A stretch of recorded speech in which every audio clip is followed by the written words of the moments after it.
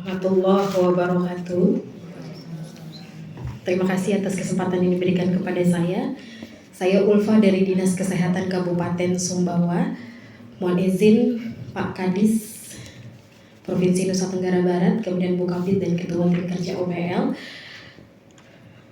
Kami dari Kabupaten Sumbawa seperti tadi yang disampaikan oleh beliau, terima kasih sudah disambungkan ya Pak. Jadi Kabupaten Sumbawa benar sekali sangat membutuhkan fasilitas yang serupa dengan yang ada di Pulau Lombok. Nah kemudian yang ingin kami sampaikan tadi juga Kota Mataram juga sudah curhat banyak sekali. Nah kalau yang di pusat kota saja masih mempunyai banyak sekali permasalahan, apalah daya kami yang berada di pulau Pak. Di Pulau Sumbawa yang kita ketahui menjadi bagian NTB, dan Kabupaten Sumbawa merupakan wilayah terbesar Pak Kadis. 35% wilayah NTB ini dimiliki oleh Kabupaten Sumbawa, dengan medan yang tentu saja sangat banyak sekali daerah-daerah sulit kami Pak Kadis, terutama daerah-daerah yang dijangkau harus dengan menggunakan kendaraan khusus seperti itu, yang kemudian kita harus menyewa sejenis kendaraan yang harganya kisaran 7-12 juta untuk dapat mengevakuasi pasien dan lain-lain. Nah, yang ingin kami sampaikan baru-baru ini kami di Kabupaten Sumbawa sedikit viral dengan satu kasus yang sampai 2 palton dari Satgas Polres turun tangan untuk mengevakuasi pasien ini, mohon izin Pak Kadis, tetapi pasien ini tidak bisa ditemukan. Jadi lari benar-benar ke dalam hutan. Kami bercerita sedikit, pasien ini adalah pasien ODGJB yang sampai saat ini masyarakat mendesak untuk segera dipasung karena pasien ini sudah sangat membahayakan. Sudah jatuh korban, jadi sudah menebas orang gitu, tapi menantunya sendiri, jadi sudah sempat dirawat di rumah sakit seperti itu. Namun di sini ada pro kontra berbagai pihak yang tidak mengizinkan untuk pasung. Nah, kemudian bahkan di Dinas Kesehatan kami diminta statement oleh media, teman-teman pers terutama, untuk memberikan apa tindak lanjut yang seharusnya diberikan, terutama pelayanan kesehatan. Nah, di sini sudah disampaikan oleh PPID kami aturan-aturan yang bisa dilakukan Pak Kadis. Seperti memang mengamankan terlebih dahulu, kemudian diberikan pengobatan dan segala macam. Tetapi masyarakat bersama lintas sektor yang ada sudah mengatakan bahwa kalaupun dirawat di rumah sakit hanya sekitar 3-4 hari. Bagaimana kalau kembali lagi? Intinya masyarakat sudah tidak menerima hal tersebut dan harus dipasung. Pokoknya 1 pasung, 2 pasung. Sedangkan kami Kabupaten Sumbawa itu memiliki jumlah tertinggi pasung saat ini, Pak Kadis, sudah 11 ya. Jadi kalau nambah 1 lagi menjadi 12, menjadi rekor lagi.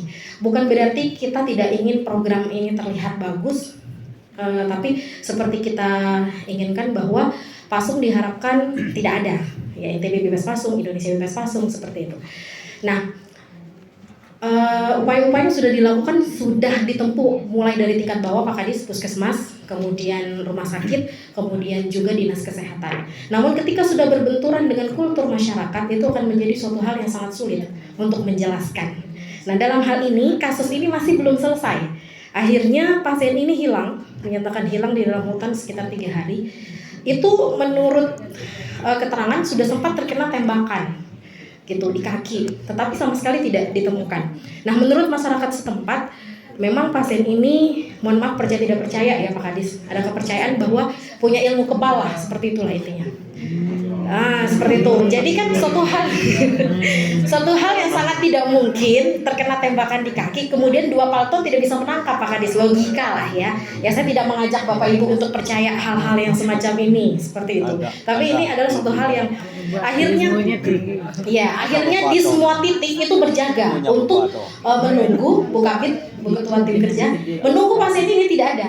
Nah, alhasil kami mendapatkan informasi terakhir ya dari ring 1, bukan cowok gubernur yang ada ring 1 ya. Jadi menurut dia pasien ini sudah ada, mohon maaf, kemudian disembunyikan dari keluarga dan dari masyarakat secara umum untuk disembunyikan agar tidak diketahui. Karena masyarakat menginginkan untuk dipasung, pasien ini tidak mau dipasung, seperti itu Pak Kadis. Nah, saya menyampaikan ke Pak Kadis, saya akan coba berdiskusi dan alhamdulillah hari ini bisa bertemu dengan Pak Kadis Provinsi Nusa Tenggara Barat terkait dengan hal ini. terlepas dari teori ya Kadis. Kalau teori kita sudah tahu sih protapnya seperti apa. Intinya ada PMO, pengawas minum obat, ya, dengan spesialis kesehatan jiwa sudah menentukan. Kemudian kita akan merawat. Kemudian tidak memungkinkan lagi kita akan rujuk ya ke RSJ dan selebung dan lain sebagainya. Tetapi kalau berbenturan dengan kultur dan keyakinan dari masyarakat yang setempat, apa yang harus dilakukan? Sehingga di sini pemerintah juga harus berhati-hati untuk mengambil suatu kebijakan, apalagi kasusnya sudah viral dan di sini ada banyak kubu Pak. Mohon maaf Pak Kadis. Jadi keluarga ada yang setuju, tapi di sebelah lainnya keluarga ini ada juga yang tidak setuju karena mereka tetap mengatakan bahwa pasung itu melanggar HAM. Nah, seperti apa yang sekiranya dapat ditempuh dalam hal ini, saran dari Pak Kadis terkait dengan pasien ini. Itu yang pertama Pak Kadis. Kemudian yang kedua, kami juga belum punya rumah singgah Pak Kadis. Nanti kami juga akan mengadvokasi. Terus juga kami lakukan advokasi selama 2 tahun terakhir. Kemudian kebetulan juga baru di kami dan kami akan melakukan advokasi lagi kepada pemerintah yang baru. Mohon dukungan juga nanti kepada Pak Kadis, Bu Kabid dan semua ketua tim kerja, ketua tim kerja UPN dan Keswa yang ada di Dinas Kesehatan Provinsi Nusa Tenggara Barat untuk kami nanti bersama-sama sekiranya dalam pengusulan kebetulan untuk nanti di 2025 setelah Bupati yang baru juga insya Allah berkomitmen untuk memperbaiki pelayanan dan kemudian juga nanti kami bisa mengundang untuk langsung melihat seperti apa rumah singgah yang ideal dan segala macamnya. Itu saja mungkin Pak Kadis. Secara inti kami di Kabupaten Sumbawa punya daerah yang sulit dan dari banyaknya daerah sulit yang ada di Kabupaten Sumbawa, ODGJ-nya itu banyak Pak. Jadi kami sudah punya peta, sama juga saya pikir di semua kabupaten kota kami sudah diminta untuk membuat peta dengan jumlah ODGJ yang paling banyak tentu saja. Dan sehingga nanti itu juga menjadi lokus adanya rumah singgah. Jadi rumah singgah itu tidak hanya bisa dibuat di tengah-tengah kota seperti itu. Dengan melihat nanti situasi daerah kita yang cukup sulit dan cukup jauh tentu saja dari satu kecamatan ke kecamatan lainnya.